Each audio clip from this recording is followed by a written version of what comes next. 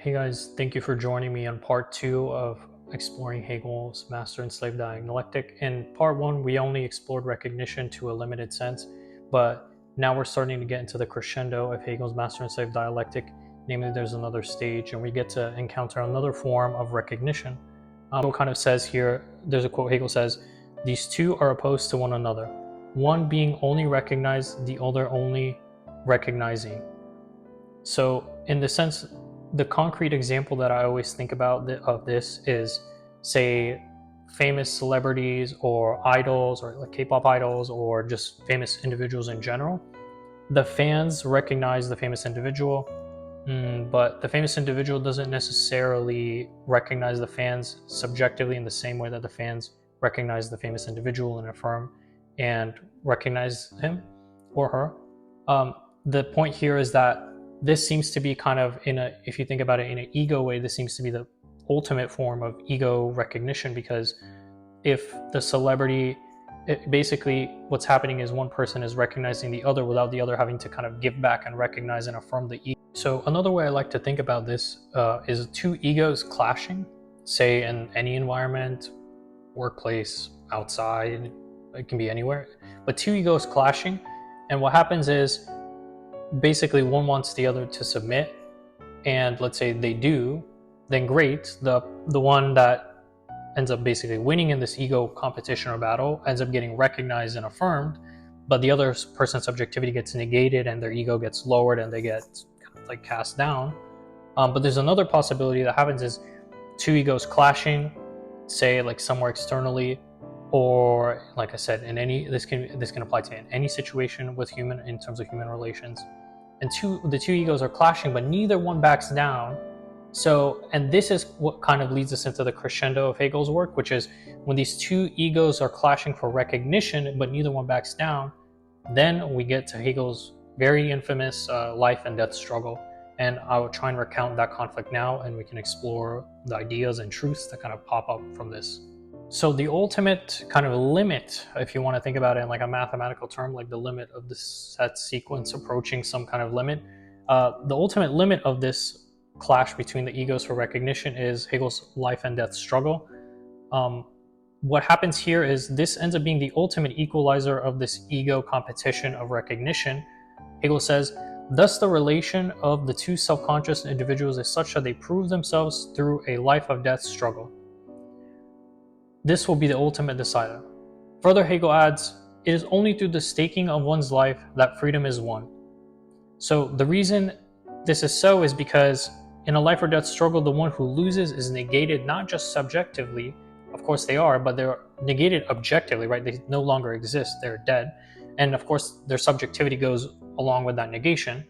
So this concept kind of acts as a limit point of this concept. Of course I'll explain why this is the ultimate version of this conflict, but there's other versions of this that also play out in our everyday society. So as I was mentioning, it's interesting to note here that this conflict of recognition plays out not just in this ultimate limit point of Hegel's life or death struggle, but also really plays out in a symbolic version of this kind of a simulacrum in polite society, in the way of sports and competitions, like gaming competitions, sports competitions, any kind of competitions, even like friendly competitions, where the winners are recognized as superior and the losers are recognized as second rate. I think a good example of this is in classical literature is Homer's The Iliad, Hector and Achilles fighting for recognition. That's kind of seen as the ultimate, I would say, like egoic battle between these two greats. Of course, there's other cases, say two samurai fighting for putting their lives on the line and fighting for recognition and not giving in. This is another, I think, great example to concretize this concept of the life or death struggle that Hegel is mentioning here. The thing to think about in these cases is the outcomes. Basically, the outcomes that can pop up from this conflict are either, let's say, maybe both individuals die, right? It's possible. Maybe one individual dies because they don't give in, but the other individual wins. Okay, great. That other individual wins. They kind of get the status, the success. Or what could be another case that happens is they're both fighting, but one of the individuals ends up winning because the other surrenders. And this is an interesting case, right? Uh, I think it's an important point that rises up here in this dynamic is that, and for one to win, they in a sense must risk something, and in this case, they risk the ultimate thing that people care about, and that's their very life.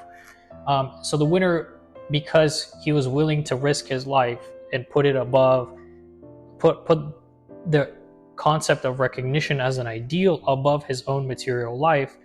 That's why when he wins, he gets to reap all the rewards and he gets all the recognition for basically giving into this thing, giving into this like winning this conflict, and he gets to reap all the rewards. So another concrete example to kind of make this abstract idea of the ultimate conflict more concrete, more accessible.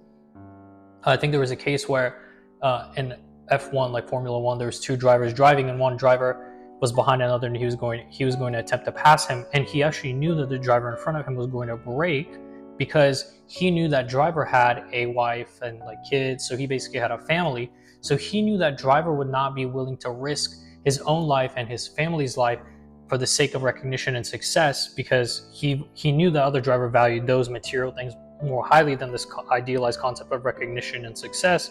So he basically ends up passing him in the turn because he knew this.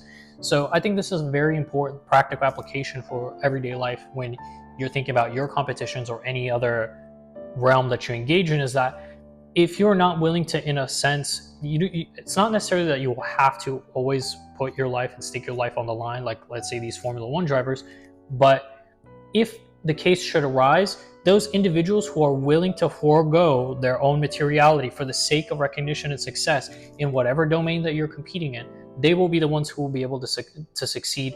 And I think this is a very important concept to recognize, because it puts in perspective this idea of risk, taking risk, and how much people are willing to risk to achieve recognition and success, and just how much is demanded and required for them to achieve recognition for them winning in their competition. So I think this is a very important kernel of truth here, that one must be willing to take a risk, and even more so, one must be able to take the risk of the loss of his life for the sake of success and recognition if one wants to win and reap the rewards. One needs to have unrelenting courage in the face of death. Only then can he gain the rewards. To win in life, one must be willing to, in a sense, stake it all. So now, returning back to our outcome, if in this conflict of recognition and struggle, one person wins and the other is subjugated and becomes kind of the bondsman in servitude to the master, who ends up winning the conflict because he was able to put his ideal of recognition higher than his materiality. So what ends up happening here is the winner is recognized for his courage and enters the ideal role I mentioned of being recognized but not having to do the recognizing back. So he gets his ego affirmed and boosted, while the ego of the loser is negated and his subjectivity is like kind of pushed down. So the loser is placed in servitude to the winner and gets to enjoy all the rewards and pure enjoyment of desire that come with the successes. And the loser is basically cast to work and labor for the sake of the master who ended up winning. The way an example, you can think of many examples, but an example, say like, for example, serfs in feudal society, that would be one example. But the example I think of is, say, an individual working on a vineyard for that master, right? That's an example of this form of labor and servitude for another. So now, as I mentioned in the beginning of the video, we get to another very interesting point of recognition. However, right, this is the interesting inversion that we have to pay attention to. There's an inversion of sorts that through his labor, say on the vineyard, the bondsman gains skills and experience the Lord does not possess. Hegel says the Lord's satisfaction of pure enjoyment is fleeting and lacks objectivity and permanence. Unlike work and labor, which is desire held in check, fleetingness staved off, Hegel says the bondsman realizes that it's precisely in his work, wherein he seemed to have only an alienated existence, that he acquires a mind of his own. Through the labor, the bondsman works and transforms the material world, while the master consumes and enjoys the products of the bondsman's labor. The bondsman is engaged in shaping external reality. In the process, the bondsman begins to see their own consciousness reflected in the world they transformed, gaining a sense of agency and self-awareness that wasn't there before. So we, in the end, we end up seeing that there appears to be, or Hegel seems to be suggesting to us, that there's another form of recognition that can arise and show up, not just the recognition that we encountered in part one of the subjective other.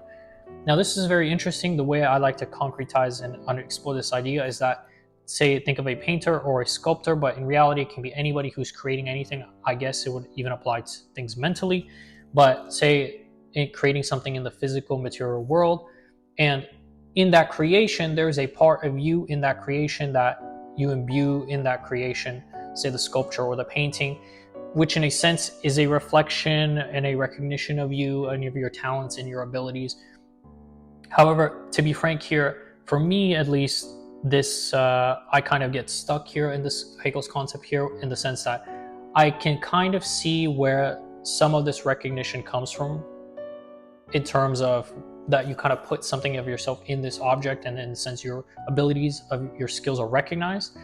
However, I don't, for me, it's not as strong as the recognition that one gets from the other. That to me seems way more clear, because when another recognizes your subjectivity of, say, being beautiful or skilled or some other criteria, that to me seems to be a more solid and easier to understand concept of recognition than this concept of recognition and affirmation of the subject through these external creations.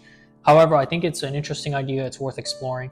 I know in the last video we had some great discussions. Some of you guys had some very good points, and I absolutely love that dialogue. That was great, because I think it refines my ideas, it refines your ideas. We can see if there's something new that will come out of it, and things get clarified. So that was absolutely fantastic.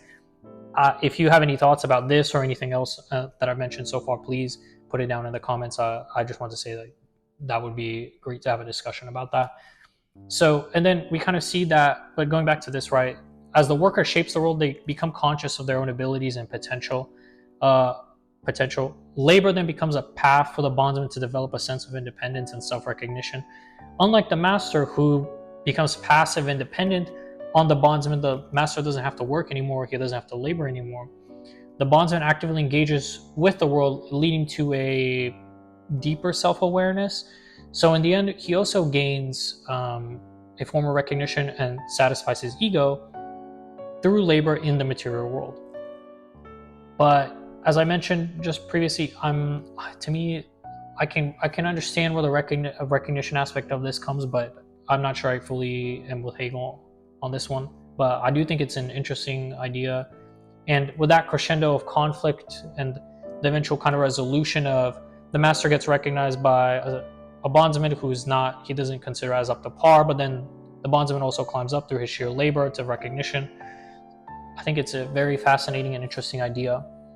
But with that, it comes to the end of this discussion of Hegel's master and slave dialectic and some of the parts and aspects of it. Of course, this is not by no means extensive coverage of this concept. I mean, you could probably spend months and probably even years just on this concept, if I'm being honest.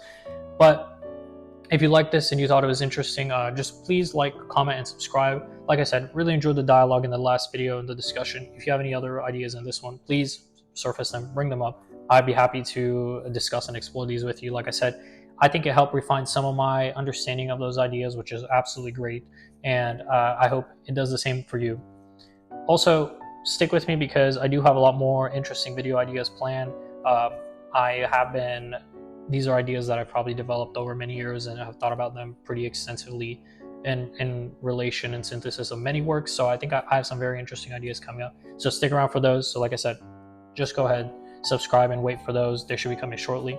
And with that, I really appreciate your time. Have a great rest of your day or night. And thank you so much for joining me on this. Many more to come. Bye for now.